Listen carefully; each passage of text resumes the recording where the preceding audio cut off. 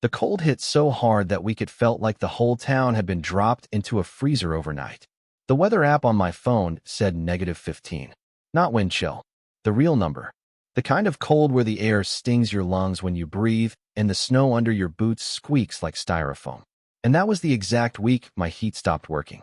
Now, normally when your heat dies in the middle of winter, you go through the usual checklist.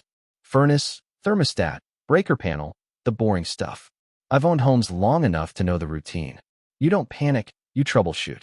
But what I found that morning turned into one of the strangest neighborhood battles I've ever been part of. My name's Daniel Harper. I live in a small mountain community outside a town called Silver Ridge, Colorado. Quiet place. Pine trees, long driveways, and houses spaced just far enough apart that neighbors wave when they pass, but mostly mind their own business. At least, that's how it used to be. See, our neighborhood has a homeowners association, the Silver Ridge Residential Council. Most people just call it the HOA. If you've ever lived in one, you know the type. They start out reasonable enough. Lawn rules, trash day reminders, that kind of thing. Then slowly, little by little, they start thinking they run the place. Anyway, that morning I woke up around 6. The house felt wrong immediately. You know how a heated home has that soft, warm quiet to it? That morning the air felt sharp, thin. I checked the thermostat. 61 degrees. Which was odd, because I always keep it set at 68 overnight. I bumped the temperature up to 72 and waited for the furnace to kick on. Nothing. No rumble. No blower. Just silence. I muttered to myself, pulled on a hoodie, and headed down to the basement where the furnace was. My breath was already starting to fog a little in the air. The furnace looked fine. No aerolites. Power was on. The breaker wasn't tripped. I reset the system anyway, waited, listened. Still nothing. That's when the thought crossed my mind. Gas. My furnace runs on natural gas. If the supply gets interrupted, the system just sits there useless no matter how perfect the machine itself is. So I grabbed my coat, pulled on gloves, and stepped outside. The wind that morning cut straight through fabric like it wasn't even there. The kind that makes your eyes water instantly. Our neighborhood has a shared utility corridor behind the houses. Basically a narrow service path where the main gas shutoff valves are located for several homes. I walked around the side of my house and into that corridor, snow crunching under my boots. And then I saw it. My gas shutoff valve, the main one feeding my house, had a padlock on it. A bright orange plastic tag hung from the handle, fluttering in the wind. For a moment, I just stared at it like my brain needed a second to catch up. Then I stepped closer and read the tag. Service suspended pending HOA compliance review. I actually laughed out loud. Not because it was funny, because it was so ridiculous my brain didn't know what else to do. Someone from the HOA had locked the gas valve that supplied my house. In the middle of the coldest week of the year. I stood there a minute, staring at that stupid orange tag, snow blowing across the ground around my boots. Then I took out my phone and snapped a few pictures. Experience has taught me something about dealing with HOAs. Document everything. Now to understand why they were mad at me, you have to go back about 2 months earlier. Behind my house, I keep a backup generator. We get the occasional winter storm up here that knocks out power for a day or two, and after one particularly miserable outage a few years back, I decided I'd had enough. So I installed a generator enclosure. Nothing crazy, just a sturdy metal housing to keep snow off the equipment and reduce the noise. It worked great. Apparently, the HOA didn't like how it looked. A woman named Patricia Langford ran the HOA board. Retired real estate agent. Late 60s. Always dressed like she was about to attend a country club brunch. Patricia believed deeply in 2 things. Property values. And her own authority. About a month after I installed the enclosure, I got a letter from the HOA saying the structure violated community aesthetic guidelines. Something about the color not matching approved exterior palettes. Now I'm a pretty reasonable guy. I called them. Told them I'd be happy to repaint the enclosure when the weather warmed up. Problem solved, right? Apparently not. Patricia showed up at my door a week later with another board member named Kyle Mercer. Kyle was younger, mid-40s maybe, the kind of guy who speaks with the confidence of someone who has never been told no very often. Patricia stood on my porch, arms folded, looking past me toward the backyard like she was inspecting a crime scene. "Mr. Harper," she said, "your generator structure remains in violation of HOA guidelines." I remember leaning against the door frame and saying, "Yeah, I told you on the phone, I'll paint it in spring. It's 20 degrees outside right now. Kyle cleared his throat. The board expects compliance within 30 days. I stared at him. 30 days, during winter, in Colorado. You want me to paint metal outside in freezing temperatures? Patricia gave that tight little smile some people use when they think patience equals authority. Community standards must be maintained. I should have known, then this wasn't going to end well. Fast forward back to that morning in the utility corridor. Standing there looking at the padlock on my gas valve, I realized something. They hadn't sent another letter. No warning. No fine notice. They had just decided to shut my gas off. In sub-zero weather. I walked back into the house, snow blowing in behind me as I closed the door. The thermostat now read 59. The house was cooling fast. I poured myself a cup of coffee, sat at the kitchen table, and looked at the pictures on my phone again. Then something else occurred to me. Something I was pretty sure Patricia Langford had never bothered to check. See, the gas line feeding my house wasn't just a private residential line. It was part of a shared distribution system. And more importantly, the main junction for that system sat on a small easement that crossed the back corner of my property. An easement with very specific legal language about maintenance, access, and interference. I sat there a moment, coffee steaming in my hands, feeling the gears in my head slowly start turning. If the HOA thought they could just lock a regulated gas valve, they had no idea the mess they might have just created. I picked up my phone, and the first call I made that morning was to my attorney. My attorney picked up on the third ring. His name is Marcus Feldman. I've known Marcus for about 12 years now. We met back when he was helping a friend of mine untangle a land access dispute. And ever since then he's been my go-to guy anytime paperwork starts smelling even a little bit like trouble. Marcus isn't loud. He isn't dramatic. He's the calmest human being I know. The kind of lawyer who listens longer than he talks. So when he answered that morning and I said, "Marcus, quick question. Is it legal for an HOA to shut off someone's gas in the middle of winter?" There was about 5 seconds of silence on the other end. Then he said slowly, "Daniel, start from the beginning." I explained everything. The generator enclosure. The letters. Patricia showing up on my porch with Kyle like they were conducting a zoning raid. And finally the part where I walked out that morning and found my gas valve locked with an HOA tag hanging off it like a parking ticket. Marcus didn't interrupt once. When I finished, he asked one question. "Did you touch the lock?" "No." "Good." Another pause. Then I heard him typing. "Take a photo of the valve," he said. "Already did." "Good. Send them to me." I texted the photos over. A minute later, he let out a quiet little chuckle. Not a happy chuckle. The kind lawyers make when someone on the other side just made a spectacular mistake. "Daniel," he said, "do you remember that easement clause in your property documents?" "Yeah." "The gas distribution junction." "Exactly."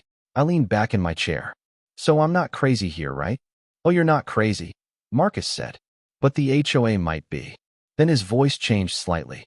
Still calm, but sharper. "That valve they locked. That's part of a regulated utility system. If someone without authorization interferes with it, the gas company treats that as potential tampering." "Tampering," I repeated, "which triggers a safety investigation." I stared out the kitchen window at the snow blowing across the yard. "So what happens now?" Marcus answered without hesitation. "You call the gas company and report unauthorized interference with a regulated shutoff valve. And the county inspector," he added. "Then you sit back and let the process do its thing." I rubbed my hands together, trying to warm them up. "Think they'll actually show up today?" Marcus laughed softly. "Daniel, gas companies take this stuff extremely seriously. You're not reporting a noise complaint. You're reporting potential safety tampering with infrastructure." Then he added one more sentence that stuck with me. "And the fact that an HOA did it? That's going to get attention." We hung up. The house was now down to 57 degrees. I grabbed a heavier jacket, poured another coffee into a travel mug, and made the calls. First, the gas company. The woman on the phone asked a series of questions: address, account number, description of the issue. When I said the words, "Someone locked the main valve feeding my property," her tone changed immediately. "Sir, who installed the lock?" "The HOA." Silence. Then she said, "Please do not attempt to remove it. I'm dispatching a technician to your location." Next, I called the county utility inspection office. That conversation was shorter. Apparently, when the words unauthorized gas valve interference come up, inspectors move pretty quickly. Within about 45 minutes, a white service truck rolled slowly down my driveway. A man stepped out wearing a heavy insulated jacket with the gas company logo stitched on the front. His name tag said Rick Alvarez. Rick looked like the kind of guy who'd been working with gas lines for 30 years. Thick gloves, gray mustache, steady eyes. He shook my hand. "Morning," he said. "You the one who called about the valve?" "Yeah, it's back here." We walked through the snow toward the utility corridor. Rick crouched down next to the valve and stared at the padlock for a few seconds. Then he looked up at me. "HOA did this." Apparently. He leaned closer, reading the tag. "Service suspended pending HOA compliance review." Rick actually snorted. "Compliance review," he muttered. He stood up slowly and shook his head. "You'd be surprised how often people think they can mess with this stuff." "Is that legal?" I asked. Rick gave me a look. "Son, if someone who isn't the gas company or the property owner locks a regulated valve, we call that unauthorized tampering." He pulled out a small camera and took several photos. Then he radioed something back to his office. I caught a few words. External interference. Private lock. HOA tag. Rick knelt down again and examined the valve handle closely. "You didn't touch this, right?" "Nope." "Good." He pulled a bolt cutter from his truck. Now I expected him to just snip the lock and move on. But instead he stopped halfway, looked at the valve, then at the underground line running along the corridor. And then he stood up again. "Hold on," he said. "What's wrong?" Rick gestured toward the ground. "This line doesn't just feed your house." "No," I said. "It feeds the clubhouse too." He looked at me carefully. "And a couple other buildings?" "3 of them." Rick sighed. "Well, that complicates things." He pulled out his phone and made another call. I could hear bits of the conversation. "Yeah, shared distribution. Unauthorized lock placed. Possible system interference." "Yeah, I know. That's what I thought." He hung up. Then he turned back to me. "All right, here's what we're going to do." He cut the padlock clean off. The metal snapped with a sharp pop that echoed slightly in the cold air. He removed the orange tag and stuffed it into a plastic evidence bag. Then he slowly turned the valve open. A faint hiss traveled through the pipe. "Gas is restored to your property," he said. I exhaled. But Rick wasn't finished. He stood there looking down the line again. Then he said something I didn't expect. "Unfortunately, because someone interfered with this system, we have to perform a safety compliance check on the entire distribution branch." I blinked. The entire branch. That includes the lines feeding the HOA buildings. I felt a small smile starting to creep onto my face. "What does that involve?" Rick shrugged. "Temporary suspension while we inspect the system." He pulled out his radio again. Within about 20 minutes, another gas company truck arrived. Then another. 2 more technicians began inspecting the line connections further down the corridor. And that's when things got interesting. Because right about that time, a dark blue SUV came speeding down the neighborhood road and stopped in front of my driveway. The driver's door swung open, and out stepped Patricia Langford. She marched across the snow toward the utility corridor like a general storming a battlefield. Kyle Mercer hurried behind her, looking nervous. Patricia stopped when she saw the gas trucks. Her eyes narrowed. Then she spotted the cut padlock in Rick's hand. "What exactly is happening here?" she demanded. Rick looked at her calmly. "Gas company inspection, ma'am." Her voice sharpened. "Why are you interfering with HOA enforcement actions?" Rick blinked once. Then he said very slowly, "Ma'am, did you place a lock on a regulated gas shutoff valve?" Patricia lifted her chin. "The HOA suspended service to enforce community compliance." Rick looked over at me, then back at her, and I swear the corner of his mouth twitched. "Well," he said, "that's going to be a problem." Patricia folded her arms. "I beg your pardon." Rick gestured toward the pipeline running along the ground. "This valve is part of a shared utility distribution line." "Yes," she said impatiently. "We're aware of that. And you locked it anyway." "We were enforcing HOA regulations." Rick nodded slowly. Then he said something that changed the entire mood of the moment. "Ma'am, because someone tampered with this line, we've temporarily suspended gas supply to the entire branch while we conduct a safety inspection." Kyle's face drained of color. "Entire branch?" he asked. Rick pointed down the hill toward the large building at the end of the road. "The clubhouse." Then toward the recreation building next to it. "And the community pool heating system." And finally toward the maintenance shed. "And those structures." Patricia stared at him. The wind blew snow across the ground between us. "You shut off the clubhouse heat?" she said. Rick shrugged. "Standard safety procedure." Kyle whispered something under his breath that sounded suspiciously like, "Oh no." Patricia turned slowly toward me, and the look in her eyes was somewhere between anger and disbelief. "You called them," she said. I lifted my coffee mug. "Well, someone locked my gas off in -15 degrees. For a moment, nobody spoke. Then one of the other technicians walked over. "Rick," he said, "we're isolating the downstream lines for inspection." Rick nodded. "Copy that." Then he turned back to Patricia. "Ma'am, we'll also be documenting the unauthorized interference that triggered this safety investigation." Kyle rubbed his face. "Patricia, maybe we should call an emergency board meeting." She didn't answer. She was still staring at the valve, the trucks, the technicians working along the line. And for the first time since I'd met her, Patricia Langford looked like someone who realized she might have made a very serious mistake. But the real fallout? That didn't even start until later that afternoon. And by the time the HOA board gathered for their emergency meeting, half the neighborhood was already talking about what had happened. If you want to hear how that meeting went, and how the entire situation flipped upside down within 24 hours, by mid-afternoon the whole neighborhood knew something was going on. That's the thing about small communities like Silver Ridge. News moves faster than the wind-up here. One truck from the gas company might get a few glances. 2 trucks gets people curious.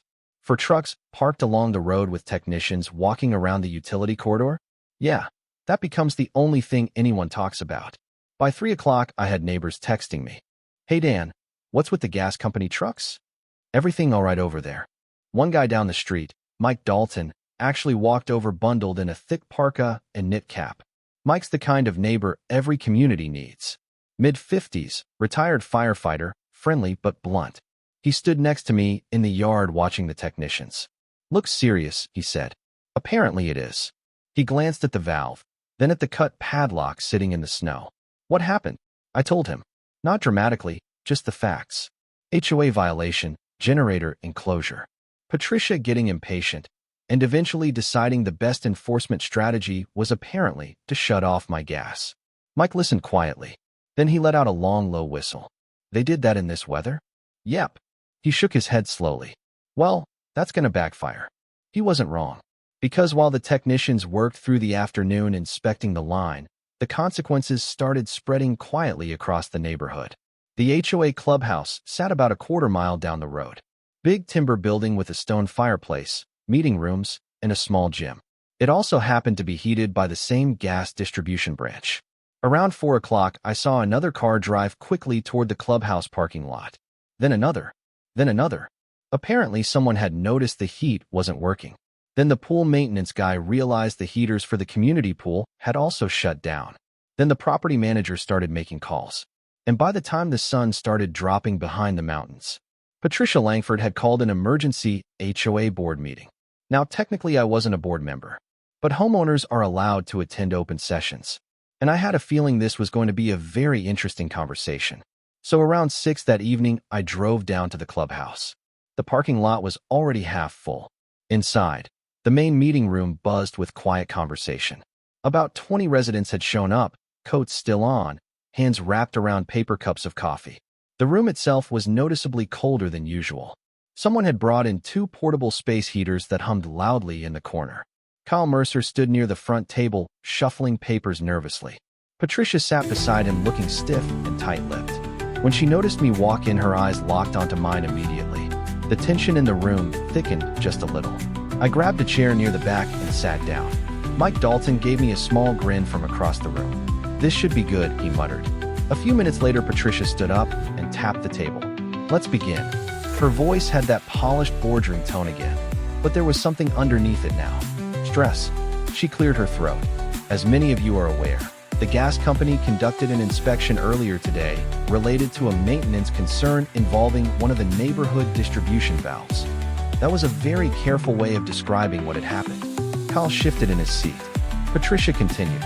"During that inspection, the gas company temporarily suspended service to several HOA facilities as part of their safety protocol." A hand went up in the audience. It belonged to Mrs. Collins, who lived near the clubhouse. "So that's why the heat isn't working in here?" she asked.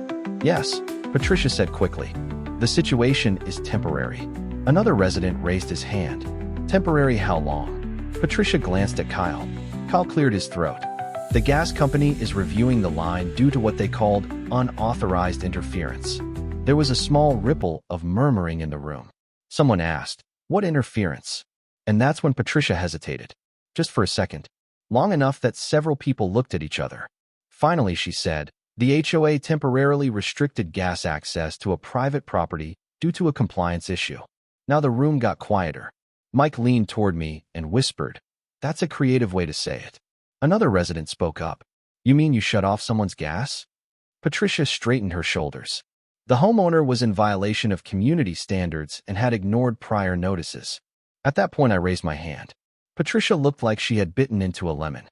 "Yes, Mr. Harper." I stood up slowly. "Just to clarify," I said calmly, "the HOA locked the gas valve supplying my home without notifying the gas company. During a week when the temperature dropped below zero." The room went dead silent. Several heads turned toward Patricia. She opened her mouth, then closed it again. Kyle stepped in. The board believed it had authority to suspend services connected to HOA infrastructure. Mike Dalton raised his hand. Kyle sighed. "Yes, Mike." Mike leaned back in his chair. "So you thought locking a gas valve in winter was a good enforcement strategy?" A few quiet chuckles rippled through the room.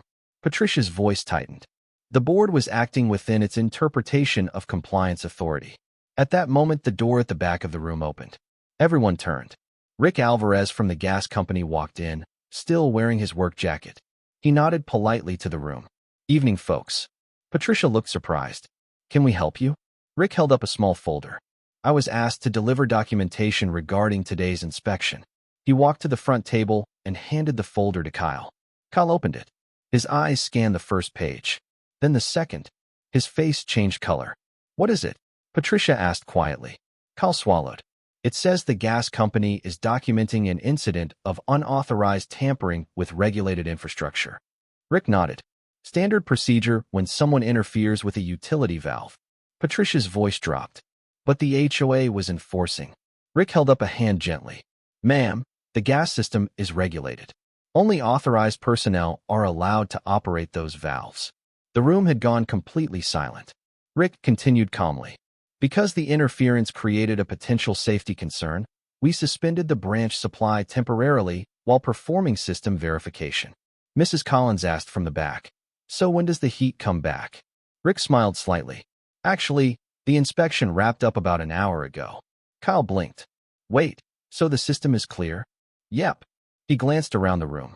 "Gas service to the HOA facilities has already been restored." A collective sigh spread through the crowd. But Rick wasn't finished. "There is one more thing." Patricia looked nervous now.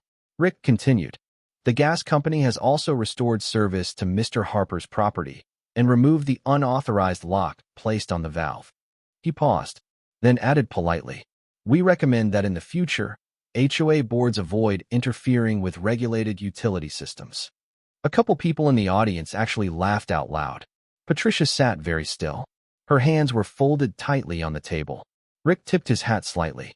"Well, that's all from our side." And with that, he walked out. For a few seconds, the room stayed completely quiet.